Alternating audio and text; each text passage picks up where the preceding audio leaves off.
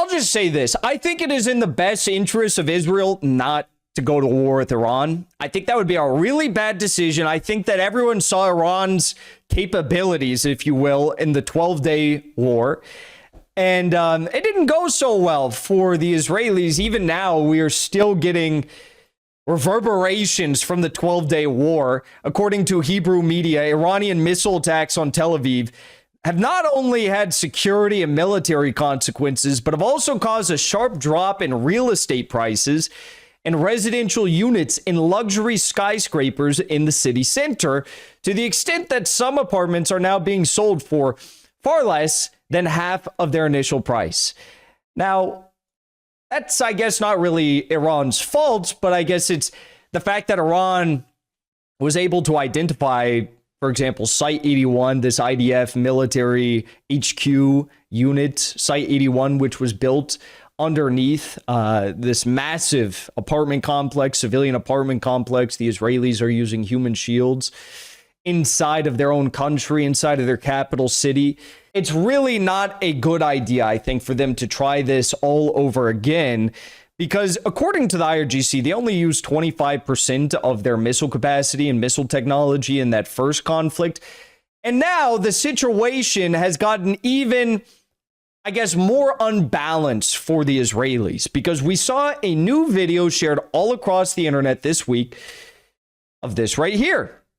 Iranian Air Force pilots are currently training in Russia on Su-35 fighter jets. And a video featuring an Su-57 at the Sukhoi facility, several Iranian pilots can be heard speaking in Persian. Take a listen.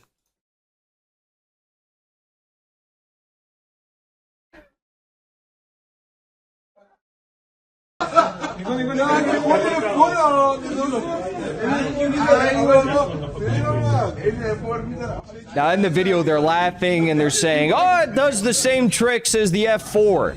F-4 is like a very old, unadvanced military aircraft that the Iranians still possess and maintain in their Air Force arsenal. So they're saying, oh, you know, the Su-57, it does the same tricks as the F-4. Obviously, the Su-57, very incredible maneuvers that it is displaying here. If you watch the full video, you can watch it in better quality than this. I just wanted to bring up this video to show you that there are Iranian Air Force pilots currently in Russia. And as we know, Iran, there was leaked information, leaked purchase reports, leaked receipts, which showed that Iran had actually purchased a squadrons of Su-35s that are set to be delivered, I believe, in early 2026.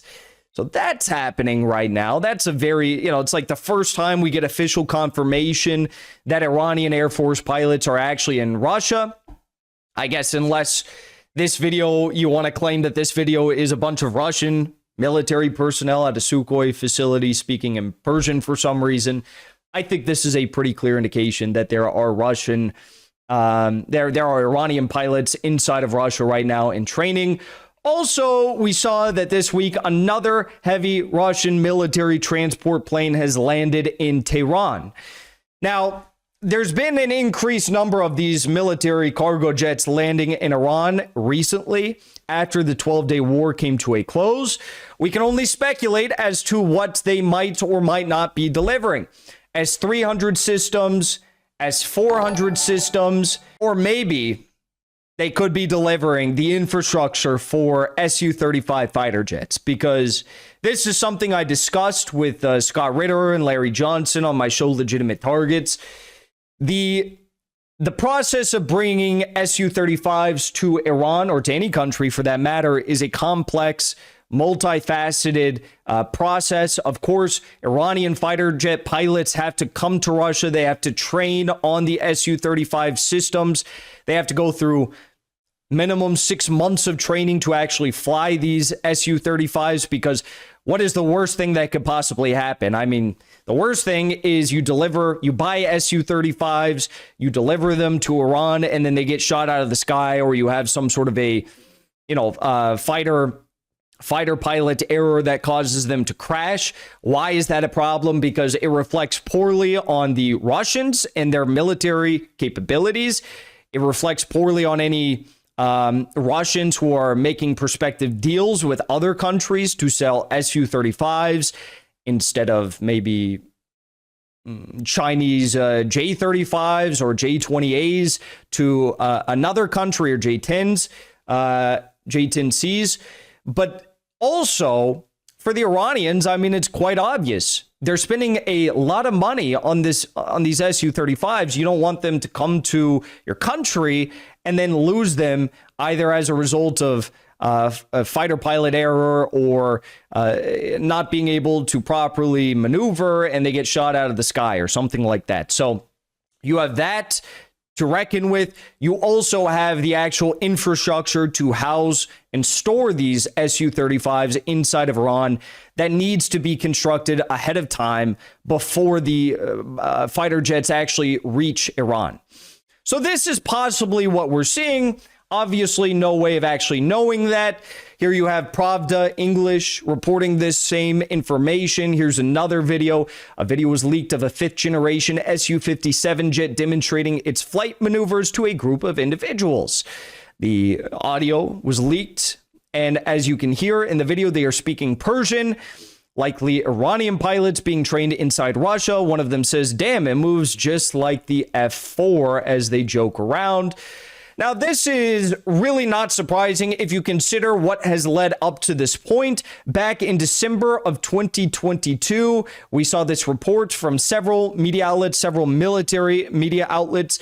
Iranian Air Force pilots have begun training on Russian Su-35s. Now, this was the initial process. It was being reported that they were going through basic training, not actually training inside of Russia at that point in time.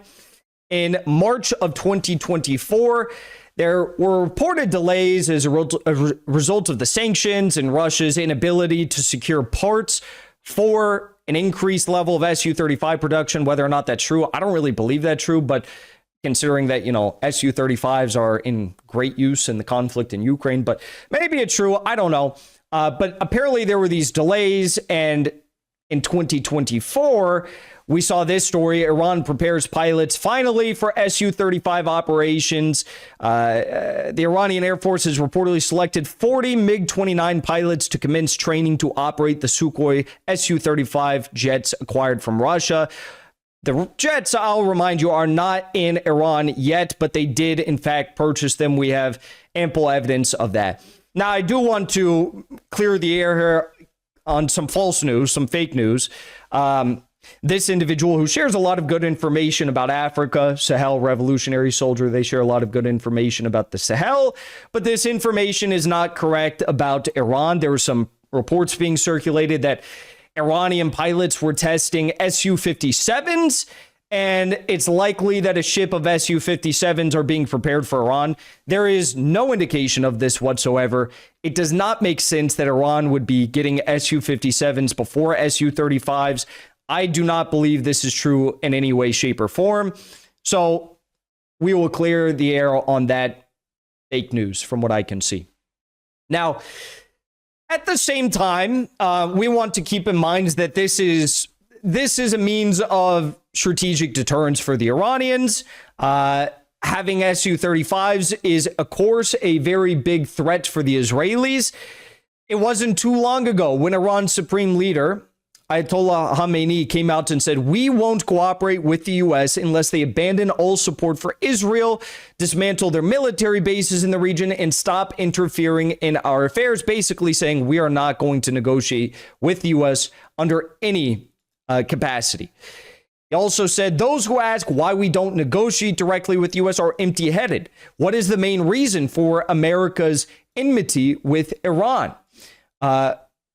What is the main reason for America's enmity with Iran? Trump exposed the matter and clarified the real objective. He stated that their confrontation with Iran is aimed at making Iran be obedient to America.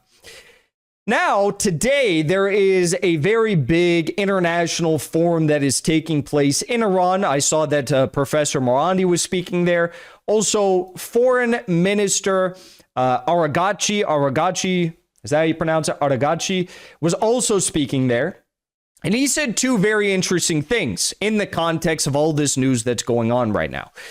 In an interview with the Associated Press, Iranian Foreign Minister Abbas Aragachi said Tehran is no longer enriching uranium at any site in the country, explaining that Israeli and U.S. strikes in June crippled the country's enrichment facilities. Aragachi insisted that Iran's right to peaceful nuclear technology and enrichment remains undeniable. There is no undeclared nuclear enrichment in Iran. All of our facilities are under the safeguards and monitoring of the International Atomic Energy Agency. There is no enrichment right now because our facilities, our enrichment facilities have been attacked. Now, who knows if there is undeclared enrichment going on?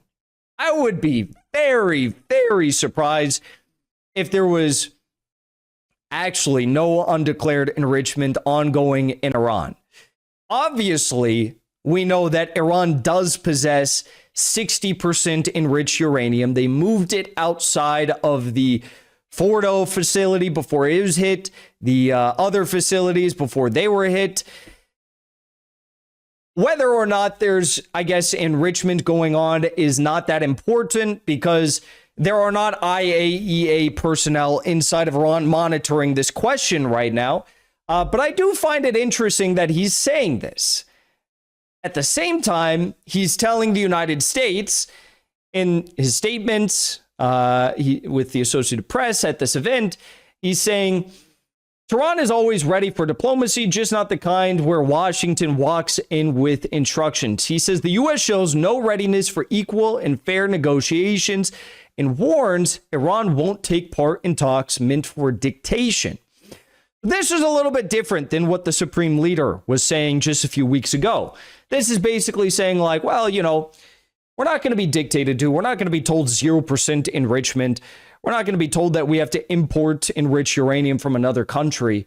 But, you know, if there's fair negotiations, then we're all ears.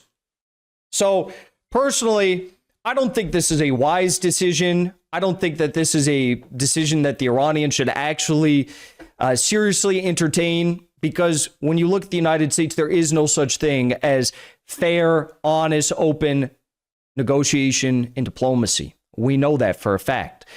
Iran's foreign minister says you can't achieve through negotiations what you failed to achieve through war. The U.S. and Israel failed to achieve their goals against Iran through war, so they are now turning back to negotiations. You cannot gain at the negotiating table what you couldn't win militarily. Real diplomacy requires recognizing the difference between negotiation and coercion and issuing threats. Well, I think it would be a terrible decision for the Iranians to negotiate. I think it's a terrible decision for them to, engage in any sort of diplomacy unless they're the ones setting the terms. Because he's right. They failed to commit regime change. They failed to overthrow the government. They failed to balkanize Iran. They failed to create mass destabilization that outlasted any sort of 12-day window. And the only negotiation that should be had is negotiation with terms set by the Iranians. So in that case, I guess that's understandable. But we all know that the U.S. will never allow for this. Israel will never allow for this. So personally, I think that any sort of talks with the U.S. right now should be a non-starter. I think it's a silly move. And there's no indication that they are entertaining that. But words like these indicate to the West that, with the right proposals, we might be open to talking again. I don't think that's the direction they should go. Before you leave, I want to say thank you for the support, because after 2 years of being banned, we are finally back home on YouTube. So be sure to subscribe to our channel and also join as a member on our channel using the link at the top of the description. I rely on the generous support of viewers like yourself to get the truth out to as many people as possible. You can also support the show on Locals or Give Sin Go. The mainstream media and the powers that be are never going to stop attacking us for bringing the truth to as many people as we do. Thank you so much for your support.